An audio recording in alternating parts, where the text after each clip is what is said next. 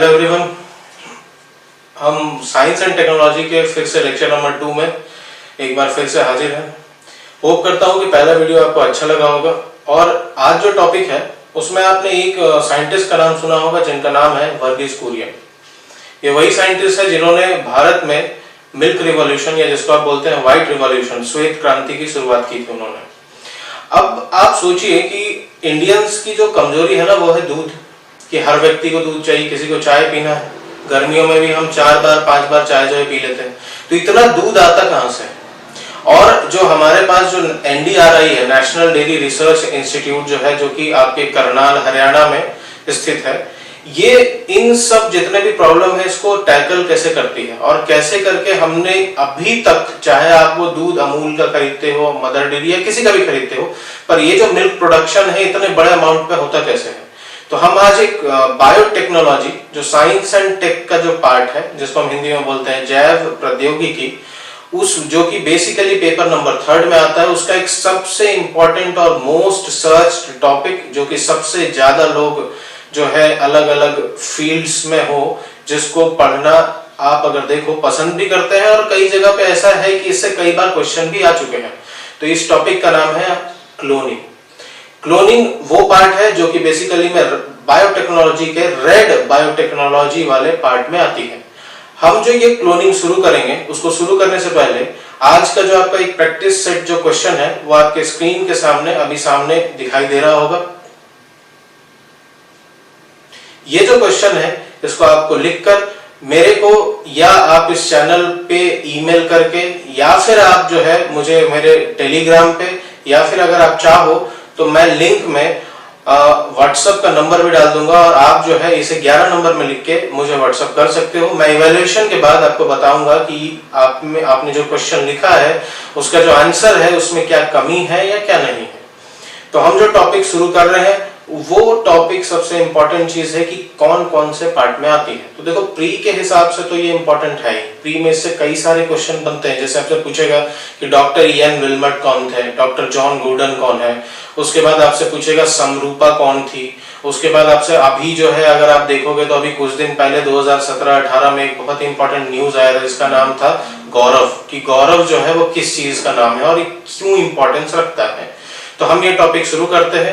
इस वीडियो के लास्ट में मैंने जितने भी हैंड रिटन नोट्स है क्लोनिंग से रिलेटेड, जिसमें सिर्फ प्री के क्वेश्चन है, वो मैंने डाल दिया है। चाहे तो आप स्क्रीनशॉट लेके रख सकते हैं या फिर आप अपने कॉपी में लेके रख सकते हैं।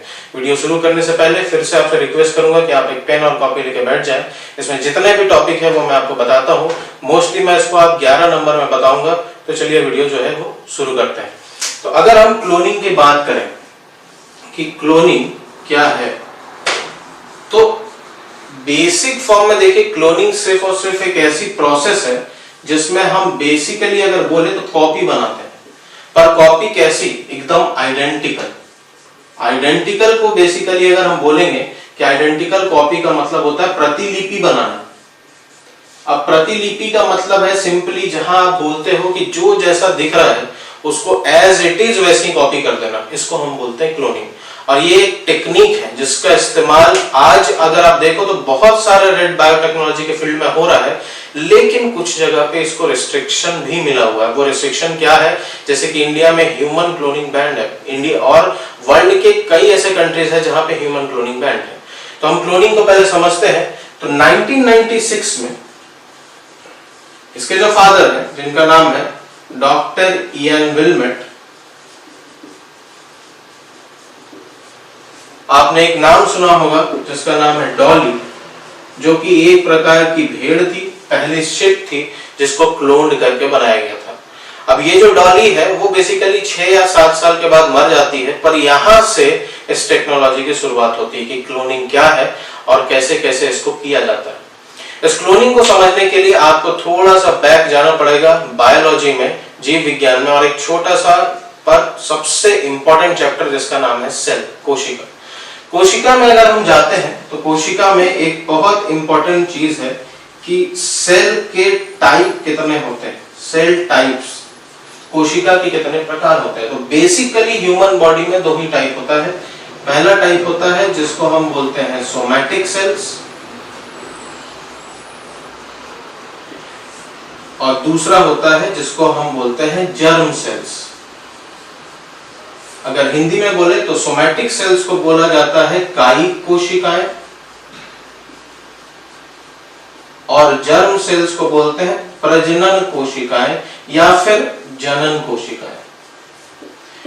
देखिए नाम से तो क्लियर होगा आपको कि कायिक कोशिकाएं क्या है।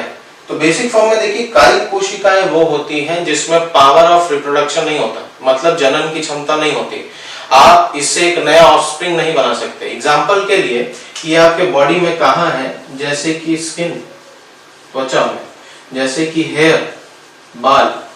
क्या आपके बाल से 4 बाल उग सकते हैं एक ही बाल से? ऐसा हो सकता है? नहीं हो सकता।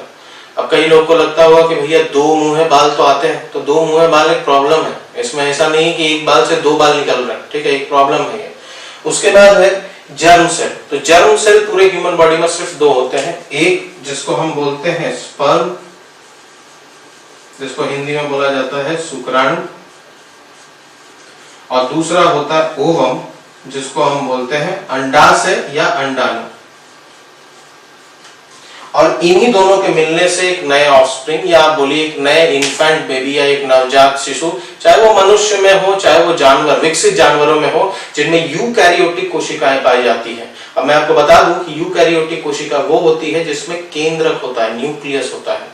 अब ये दोनों जो कोशिका है, इन्हीं दोनों का अहम रोल होता है, सोमैटिक सेल और जर्म सेल, जो इस क्लोनिंग को जन्म देती है। प्रोसेस ऑफ क्लोनिंग, की क्लोनिंग की प्रक्रिया है क्या, उससे पहले आपको समझना पड़ेगा कि कितने टाइप्स है इसके।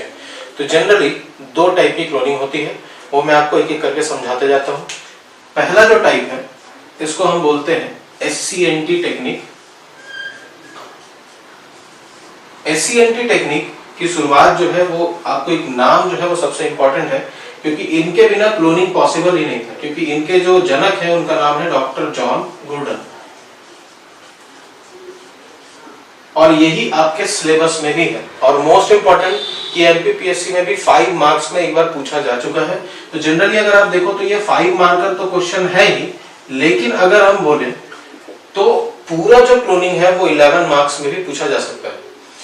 तो SCNT टेक्निक का जो फुल फॉर्म है इसको हम बोलते हैं, S का मतलब होता है सोमैटिक, C का मतलब होता है सेल, N का मतलब होता है न्यूक्लियर, और T का मतलब होता है ट्रांसफर, जो कि मैं अभी जस्ट इसके आगे आपको समझाऊंगा कि SCNT कैसे करते हैं और इस इन वर्ड का क्या मतलब है। दूसरा जो टेक्निक है इसको हम बोलते हैं थेराप्यूटिक।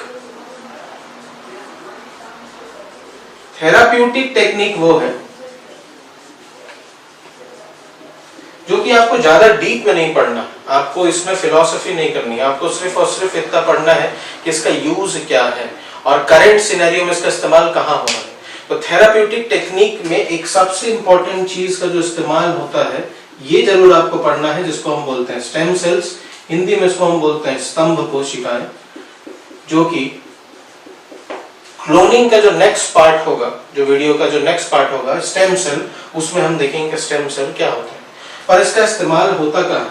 तो थेराप्यूटिक क्लोनिंग का या थेराप्यूटिक टेक्निक का इस्तेमाल सिर्फ और सिर्फ सबसे ज्यादा एक फील्ड में होता है, जिसको हम बोलते हैं ऑर्गन ट्रांसप्लांटेशन, हिंदी में बोलते हैं हम अंग प्रत्यारोपण। अब ये जो टेक्निक है, जैसे रिसेंटली हैदराबाद में एक हॉस्पिटल है LM सिंघवी हॉस्पिटल, और यहाँ पे अगर आप देखोगे कि इसी हॉस्पिटल में अभी सबसे पहले ब्लाइंडनेस को ठीक करने के लिए, मतलब जो अंधापन है आंखों में, उसको ठीक करने के लिए वहां के जो साइंटिस्ट हैं, वहां के जो डॉक्टर्स हैं और रिसर्च टीम है, वो मिलकर आंख का जो पार्ट है जिसको आप और हम अच्छे से जानते हैं रेटिना, उसके क्लोन बनाने की कोशिश कर रहे हैं। थेराप्यूटिक क्लोनिंग का यूज क्यों है और हम इसका यूज क्यों नहीं करते हैं? तो देखिए बेसिक सेंस में क्या है कि थेराप्यूटिक क्लोन सिर्फ ऑर्गन का क्लोन जो है बनाता है और जनरली ह्यूमंस के लिए इस्तेमाल होती है। जैसे कि मान लीजिए कि कोई पेशेंट है जो डायलिसिस पे चल रहा है, उसकी किडनी खराब हो चुकी है, लेकिन उसके शरीर में एक्सेप्शन रेट बहुत कम है, मतलब अगर ट्रांसप्लांट हो भी जाए तो भी उसकी बॉडी उसको रिजेक्ट कर देगी। तो उसी की बॉडी के जो किडनी है उसका अगर हम क्लोन बनाना चाहें तो फिर हम किसका इस्तेमाल करेंगे? Therapeutic cloning. इसी पार्ट को हम बोलते हैं थेराप्यूटिक टेक्निक। हम डीप में पढ़ेंगे कि SCNT टेक्निक क्या होता है, एक एक करके मैं स्टेप वाइज आपको समझाते जाता हूं, ताकि आपको ये जो टेक्निक है और ये जो वर्ड इसमें लिखे हुए वो क्लियर हो जाए।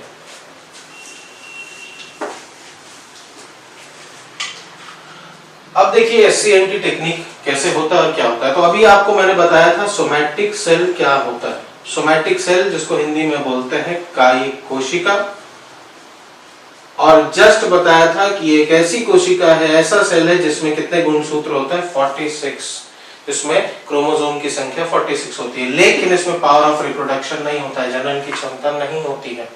तो somatic cell nuclear transfer, nuclear और कुछ नहीं, जो वर्ड हम इस्तेमाल करते हैं जैसे कि न्यूक्लियस हिंदी में जिसको हम बोलते हैं केंद्रक, जो कि किसी भी कोशिका का, किसी भी सेल का सबसे इंपॉर्टेंट पार्ट है, उसका हम ट्रांसफर करते हैं, प्रत्यारोपण करते हैं। अब ये कैसे होता है ये देखिए। मान लीजिए कि ये कोई बफेलो है, ठीक है, चित्र जैसा भी आप चाहे बना सकते हैं, बस आपको मान के चलना है कि भैंस है, ठीक है। अब 2 ही पैर हैं, 4 बना दिया मैंने।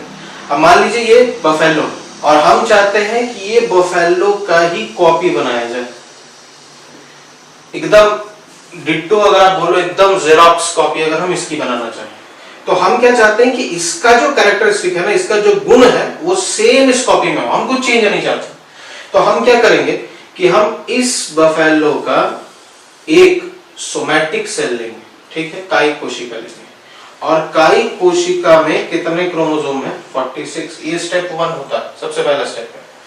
हम क्या करेंगे कि ये जो अंदर का पार्ट है इसमें क्रोमोसोम होता है, इसको हम न्यूक्लियस बोलते हैं, जानते होंगे आप, केंद्रक बोलते हैं, और जो बाहर का पार्ट होता है इसको हम साइटोप्लाज्म बोलते हैं, हिंदी में कोशिका द्रव्य बोलते हैं, ये भी आप अच्छे जानते होंगे। इसका काम है इसको बैलेंस रखना और इसको न्यूट्रिशन देते रहना, पोषण देते रहना।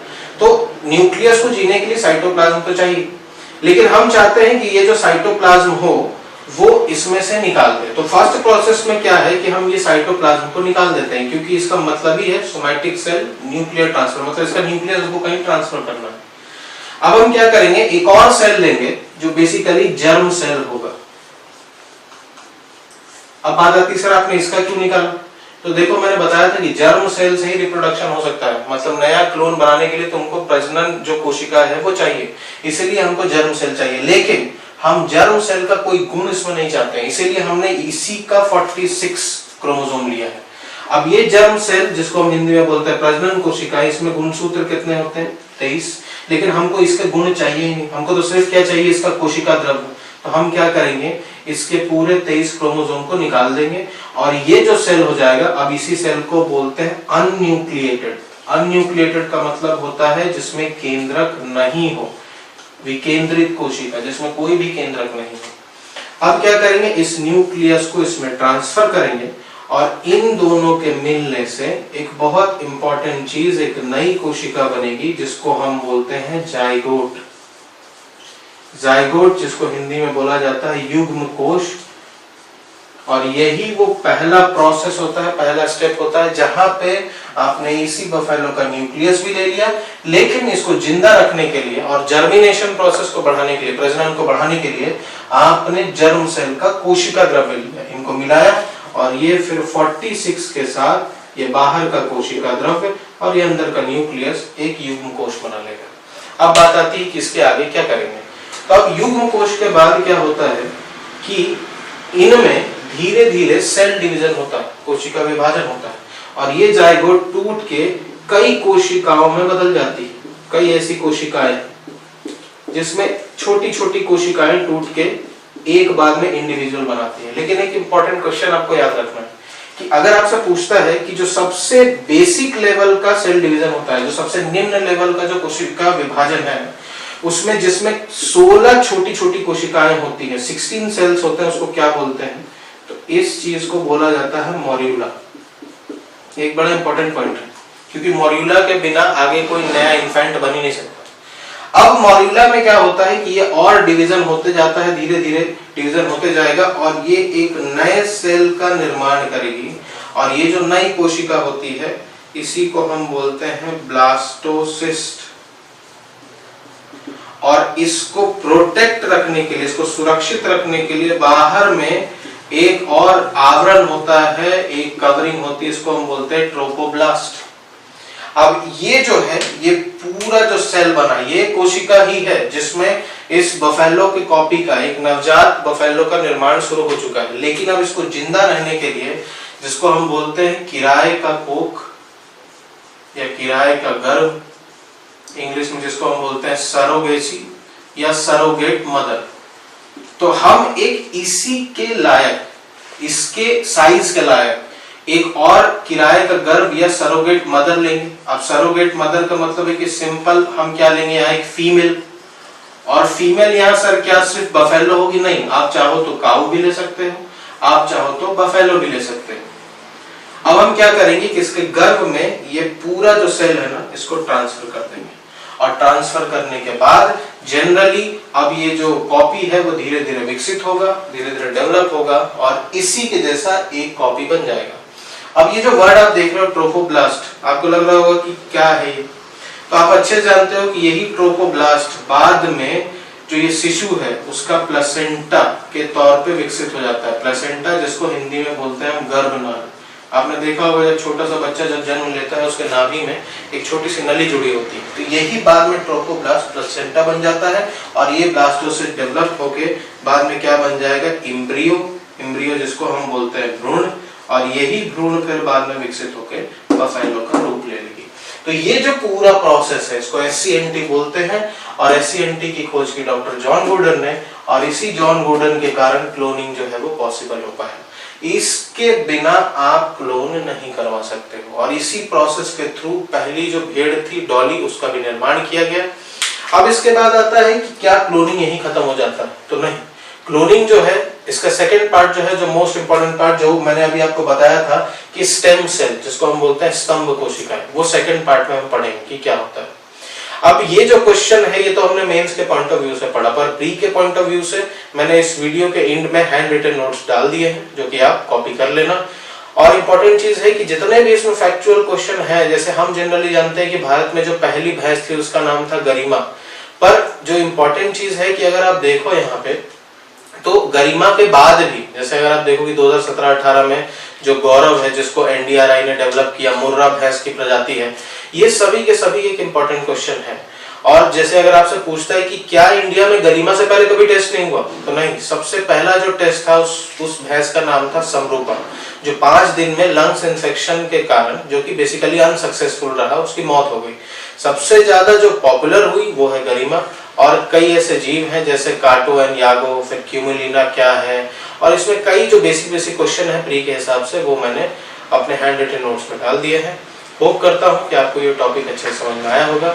अगर आप और भी इसमें अगर डिस्क्रिप्शन चाहते हो या कोई डाउट है तो आप कमेंट बॉक्स में मेरे से पूछ सकते हो।